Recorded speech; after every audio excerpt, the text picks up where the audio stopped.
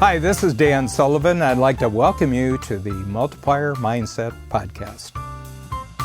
Over the last year, I've really explored an area that every entrepreneur has as a secret life, which is procrastination. It's been really a great delight for me to bring up the topic of procrastination in almost any group of entrepreneurs and see what the response is, because one thing about procrastination is that it's a very isolating and lonely experience.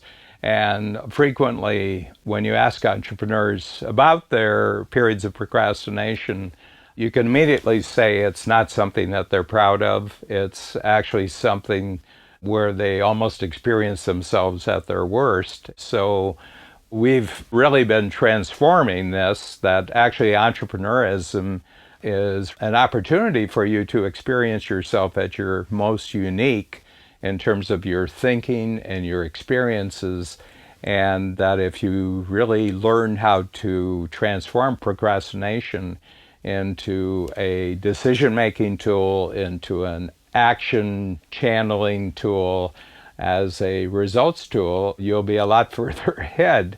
And it's going to happen anyway. But I want to tell a story just to talk about kind of a breakthrough that came from procrastination. And it happened during a period in the 1970s when I was coaching, and actually went into the 1980s. And it was where I was experimenting to see if strategic coach, the concepts that I was developing for strategic thinking, worked in the political world. And for about a year, I had a contract with a cabinet minister in the Canadian government. And I had writing skills and I had artistic skills. So I had a project where I was writing a report and illustrating a report having to do with this cabinet minister. And I was procrastinating on this project, but I was called one day by one of the assistants and said, tomorrow we'd like you to come in and show your progress on this project. And of course, I didn't have any progress on this project. I knew that I hadn't been moving forward on it. I was feeling very nervous about the project, and I was feeling there's something that's holding me back. You know the feelings of procrastination. You know that you're stuck, you feel paralyzed. But then I had the deadline the next day, and there was no way in 24 hours that I could have created anything that would have been impressive. So I was really going to go to a meeting where I was revealed as basically, a failure. I hadn't done what I was supposed to do. I could lose the contract, I'd lose my reputation. Tough stuff. Didn't sleep well that night, got up, wasn't feeling better in the morning. And on the way to the meeting, something occurred to me on how I could avoid exposure at being a failure, a loser. I was thinking about the life of this cabinet minister. In the Canadian government, a cabinet minister is the head of a government department, and in this case he had 4 government departments. He's a member of the governing cabinet, so he's in question period every day. In the Canadian system, unlike the British system, these are parliamentary governments, the cabinet minister is not given the questions that he's going to be asked by the opposition until they ask them. So it's cold turkey. You walk in, you can get blindsided by an embarrassing question. But at the same time, this cabinet minister is a member of parliament. He has to run for office. And he has local constituents who are phoning the office and asking, why isn't the garbage being picked up? And we need a stop sign at our street. So you can imagine the complexity in this individual's life, and he's being pulled in 15, 20 ways every day.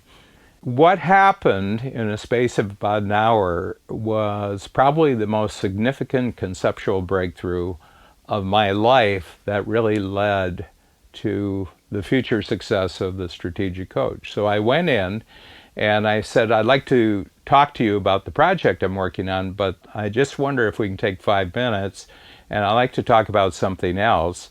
And I said, you're in office for about 4 years. The next election is coming up. And I just went through, describing the complexity of his life. I could see him, he was nodding, and his assistants, there were about 3 of them in the room, they were nodding too. And I said, so if we were 4 years ahead, and this was 1984, which was probably when the next election was going to be, I said, if you could only get 2 or 3 things done that would give you a tremendous sense of success for your time in office, what would those 2 or 3 things be? And all of a sudden, all thought about the project that I was going to report on that I didn't have went out of the conversation. And he had a flip chart, which is very helpful. And I went up, I said, let's just write them down. And we wrote down one, and there was a piece of legislation he wanted to get through. And then there was a major reform that he wanted to get through. And then there was a new type of capability in the department that had to be created. And he said, if I got those 3 things done, he says, I don't really care what else happens. I don't even really care whether I get elected again. He said, those 3 things. And I said, well, here's the thing. Not everything that's pulling you every day is as important as these 3 things. So why don't we create a situation where every day, no matter what happens, you experience progress in these 3 areas. And I drew out a picture, and then I got some tape, and I put one thing on the wall, and I said, okay, so this is what you want to achieve. What are the obstacles you have right now that would keep you from achieving these 3 things? So right in that moment, the strategy circle process was created in front of this person's eyes, and I used up the entire hour. And they were so excited at the end of the hour by this conversation. He says, look, we have to schedule another meeting to work out a game plan based on your thinking here. And he says, thank you so much. He said, I've just not been sleeping because of all these things on my mind, and you've just given me really terrific clarity. And I says, well, I'll show you the project. And he says, no. He says, don't worry, you got a couple of weeks. He said, we won't worry. He says, I want to talk about what the conversation that we started today. I was sitting there and I felt transformed. I have to tell you, it was like I had had a divine intervention in my life. I left, and I remember just walking the streets. This was in Ottawa. And I said, what have I just done? I said, what a wonderful way to spend my time as a coach consultant. And instead of doing these projects for people and everything else, why don't you just ask them what the most important things are in their future? And in that moment, the strategy circle was created. A little bit of deceptiveness there. I wasn't quite telling the truth, but the payoff was amazing, and that was the transformation of my entire coaching career, was just that hour that I spent with this cabinet minister. And it was out of desperation. I didn't want to look like a fool. I didn't want to look like a failure. I didn't want to be exposed as a phony. Sometimes that's powerful incentive. But then afterwards I said, I bet I was procrastinating on this project, because also in my thinking at that time is that there was a way to jump my whole game as an entrepreneur to another level. And I just wasn't going to go along with the normal expectation. Something bigger was brewing, and it was only because of the pressure of the 24-hour deadline and knowing that I didn't have anything to show. I had to create something new. And I took that as a huge lesson. Whenever you're procrastinating, it's because just going along with what was planned is not good enough. You have to jump to another level.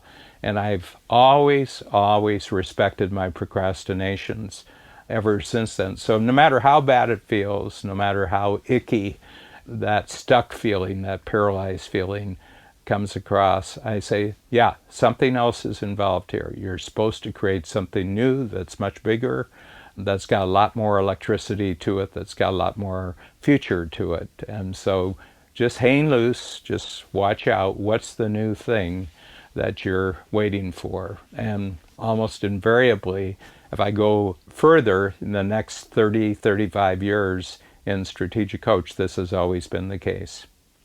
So if you're really interested in going deeper and fully understanding the creative possibilities, the breakthrough possibilities of every time that you procrastinate, go to procrastinationpriority.coach.